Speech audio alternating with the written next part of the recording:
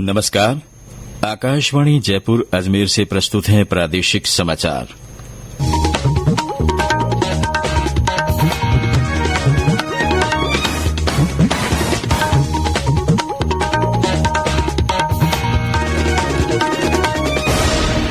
मुख्य समाचार।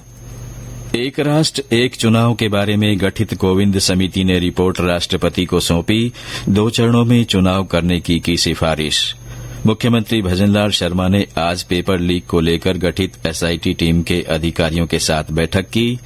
केंद्र सरकार ने राज्य में सड़कों के विकास के लिए 972 करोड़ रुपए से अधिक की राशि मंजूर की और भारतीय खाद्य निगम द्वारा प्रदेश में गेहूं की समर्थन मूल्य पर खरीद शुरू।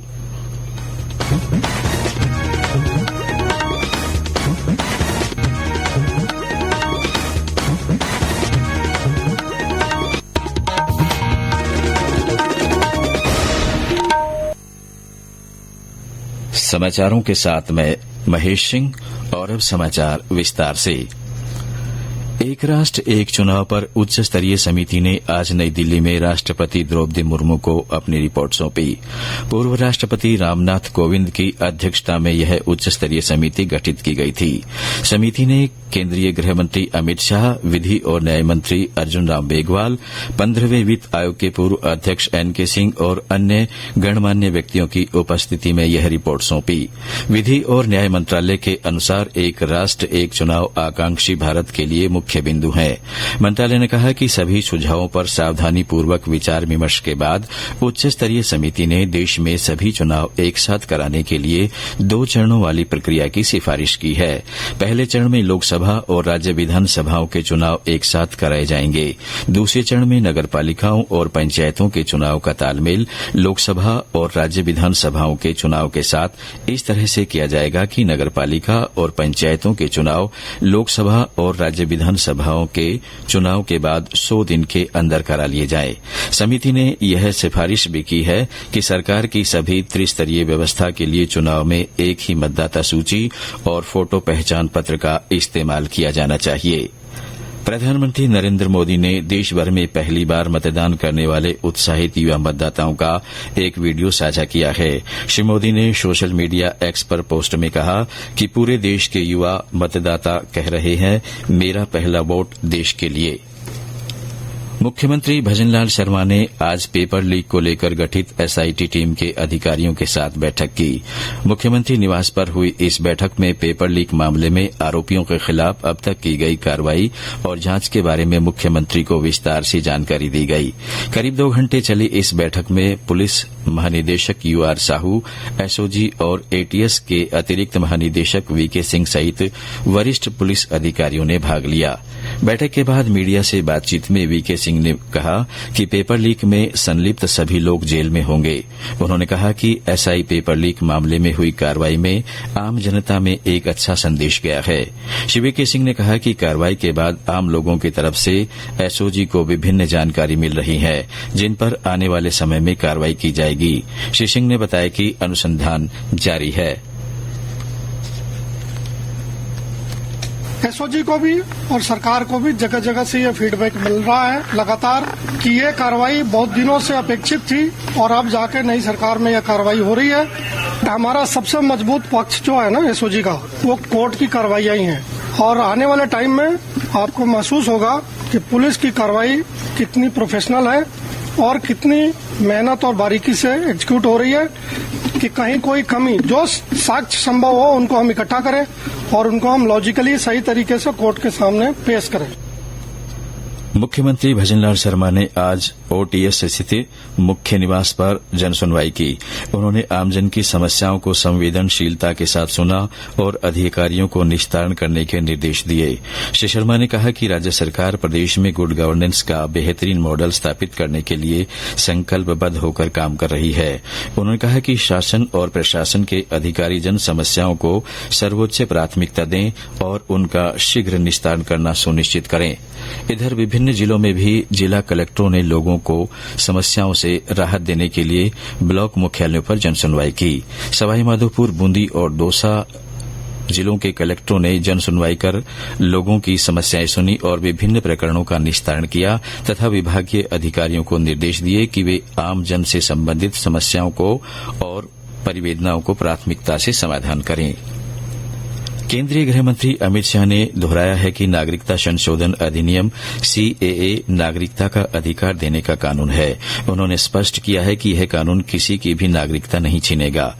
एक समाचार एजेंसी को दिए साक्षात्कार में श्री शाह ने कहा कि सीएए अफगानिस्तान, बांग्लादेश और पाकिस्तान से आए हिंदू, सिख, बौद्ध, जैन, ईसाई और पारसी शरणार्थियों को अधिकार और नागरिकता उपलब्ध कराएगा। उन्होंने कहा कि नागरिकता संशोधन अधिनियम के प्रावधानों के तहत उन सभी को समान अधिकार मिलेंगे क्योंकि अब वे भी भारत के नागरिक बन जाएंगे। श्री शाह ने कहा कि अल्पसंख्यकों को घबराने की कोई जरूरत नहीं है क्योंकि सीएए में ऐसा कोई प्रावधान नहीं है जिससे किसी की नागरिकता छीनी जा सके। सूचना और प्रसारण मंत्रालय ने अश्लील सामग्री प्रसारित करने वाले 18 ओटीटी प्लेटफॉर्म्स, 19 वेबसाइटों, 10 ऐप और 57 सोशल मीडिया अकाउंट्स पर प्रतिबंध लगा दिया है। इसमें dreams films, hunters, hot shot, VIP, prime play और अनकट अड्डा शामिल है।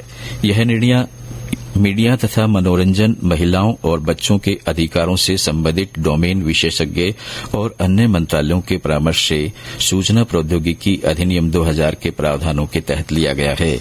मंत्रालय ने कहा है कि इन मंचों पर उपलब्ध सामग्रियों में अधिकतर अंश अश्लील और महिलाओं की आपत्तिजनक तरीके से चित्रित करने वाले पाए गए हैं। ये समाचार आकाशवाणी जयपुर अजमेर से प्रसारित किए जा रहे हैं। समाचारों में आपका फिर स्वागत है। राज्य में 31 विशेष सड़कों और स्टेट हाईवे को चौड़ा बनाने और उनके विकास के लिए 972 करोड़ 80 लाख रुपए मंजूर किए गए हैं। केंद्रीय सड़क परिवहन और राजमार्ग मंत्री नितिन गडकरी ने एक सोशल मीडिया पोस्ट में ये जानकारी दी। उन्होंने बताया कि 7 रेलवे ओवरब्रिज, अंडरब्रिज और फ्लाई ओवर बनाने के लिए केंद्रीय सड़क और आधारभूत संरचना निधि CRIF सेतु बंधन योजना के अंतर्गत 384 करोड़ 56 लाख रुपए स्वीकृत किए गए हैं। उप मुख्यमंत्री दिया कुमारी ने बाड़मेर जिले के सीमावर्ती क्षेत्र में सामरिक दृष्टि से महत्वपूर्ण 9 सड़कों के निर्माण की मंजूरी दी है।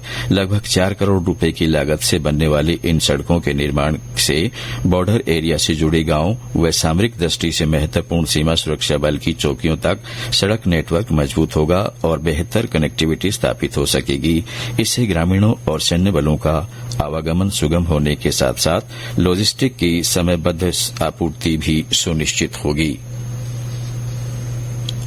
विज्ञान तथा प्रौद्योगिकी मंत्री डॉक्टर जितेंद्र सिंह ने घरेलू तथा विश्व में वैज्ञानिक उपलब्धियों में भारत की भूमिका की सराहना की है। नई दिल्ली में आत्मनिर्भर भारत के लिए विज्ञान प्रौद्योगिकी की पैनोरमा में एक दशक शीर्षक की रिपोर्ट जारी करते हुए डॉक्टर जितेंद्र सिंह ने चंद्रयान और आदित्य L1 जैसी उपलब्धियों का उल्लेख करते हुए अंतरिक्ष अन्वेषण में भारत की क्षमता की बात कही। डॉक्टर सिंह ने भारत के गगनयान मिशन पर गर्व करते हुए कहा कि इस मिशन ने अंतरिक्ष अन्वेषण में देश की प्रसिद्धि को और बढ़ाया है। उन्होंने स्टार्टअप्स और यूनिकॉर्न के उत्थान की भी सराहना की। श्री सिंह ने इन क्षेत्रों की सफलता का श्रेय नवाचार और आर्थिक वृद्धि को बढ़ावा देने पर केंद्रित सरकारी नीतियों को दिया। भारतीय खाद्य निगम द्वारा प्रदेश में गेहूं की समर्थन मूल्य पर खरीद शुरू कर दी गई है। झालावाड़ के चौमेला मंडी में इसकी शुरुआत हुई। कोटा संभाग में कल से समर्थन मूल्य पर चने और सरसों की खरीद भी शुरू की जाएगी। इसके लिए ई-मित्र के माध्यम से पंजीकरण शुरू हो गया है। राजफेड के महानिदेशक निरंजन सिंह राठौड़ ने आकाशवाणी को बताया कि गेहूं की खरीद 10 मार्च से जारी है। कल से समर्थन मूल्य पर चने और सरसों की खरीद कोटा संभाग में शुरू होगी। इसके लिए कुल 1040 खरीद केंद्र बनाए गए हैं। इसके बाद 1 अप्रैल से पूरे राज्य में समर्थन मूल्य पर चने और सरसों की खरीद 1 अप्रैल से शुरू हो जाएगी। इसके लिए किसान 22 मार्च से ई-मित्र के माध्यम से अपना पंजीकरण करा सकते हैं। झुंझुनू जिले के शहीद महेंद्र सिंह राजकीय उच्च माध्यमिक विद्यालय सोनासर में आज जिला कलेक्टर चिन्मयी गोपाल ने निःशुल्क लाइब्रेरी कम काउंसलिंग सेंटर की शुरुआत की। इससे आर्थिक रूप से कमजोर विद्यार्थियों को निःशुल्क शिक्षा, कोचिंग तथा डिजिटल लाइब्रेरी की सुविधा मिल सकेगी। सीबीईओ अनसुईया सिंह ने बताया कि इस नवाचार से विद्यार्थियों को अध्ययन में सुविधा मिल सकेगी। बच्चों के लिए बहुत ही एक अच्छी पहल है, क्योंकि इससे हमारी अधिकतर बेटियों को ग्रामीण अंचल से आती है, जो कि यहाँ उनको अन्यत्र जाने के लिए काफी असुविधा होती है। अतिरिक्त उनके लिए वे भार भी पड़ता है। इन सभी चीजों को मद्देनजर रखते हुए ग्रामीण परिवेश की बच्चों को और अन्य जो बच्चियां हैं जिनको जरूरत है, उन सभी को इसका लाभ मिले, इसी सकारात्मक सोच के कारण प्रशासन और स्कूलों ने मिलकर के और हमारे भामाशाहों ने मिलकर के एक सकारात्मक पहल की है। लोकसभा आम चुनाव 2024 के दौरान मतदान प्रतिशत बढ़ाने के लिए निर्वाचन विभाग की पहल पर व्यापक स्तर पर स्वीप गतिविधियों का संचालन किया जा रहा है। मुख्य निर्वाचन अधिकारी प्रवीण गुप्ता ने मतदाता सूची में अपना नाम खोजने की प्रक्रिया के तहत 17 मार्च को राज्य के सभी मतदान केन्द्रों पर विशेष अभियान चलाने के निर्देश दिए। उन्होंने कहा कि लोकसभा चुनाव 2024 के मद्देनजर राज्य के सभी 51,756 मतदान केन्द्रों पर मतदाता सूची में नाम, क्रमांक एवं मतदान केन्द्र आदि के बारे में जानकारी प्रदान करने हेतु 17 मार्च को विशेष अभियान का आयोजन किया जाएगा। उप मुख्यमंत्री दिया कुमारी ने कहा है कि रविन्द्र मंच हमारी कला और संस्कृति का अभिन्न अंग है, जिसे आधुनिकीकरण करने के साथ साथ पुनर्जीवित किया जाएगा। उप मुख्यमंत्री रविन्द्र मंच पर चल रहे रंग उत्सव को संबोधित कर रही थी। उन्होंने कहा कि मंच की ढांचागत व्यवस्थाओं का नवीनीकरण किया जाना चाहिए, जिससे यहां कला और संस्कृति के अच्छे आयोजन हो सके और लोकल कलाकारों को अपनी कला प्रदर्शनी करने के लिए बेहतर मंच मिल सके। उप मुख्यमंत्री ने रंग उत्सव में लगी स्टॉल, पारंपरिक कलाओं के विभिन्न उत्पादों की प्रदर्शनी का अवलोकन भी किया।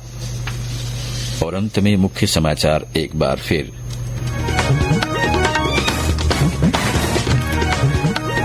एक राष्ट्र एक चुनाव के बारे में गठित कोविड समिति ने रिपोर्ट राष्ट्रपति को सौंपी। 2 चरणों में चुनाव करने की सिफारिश की।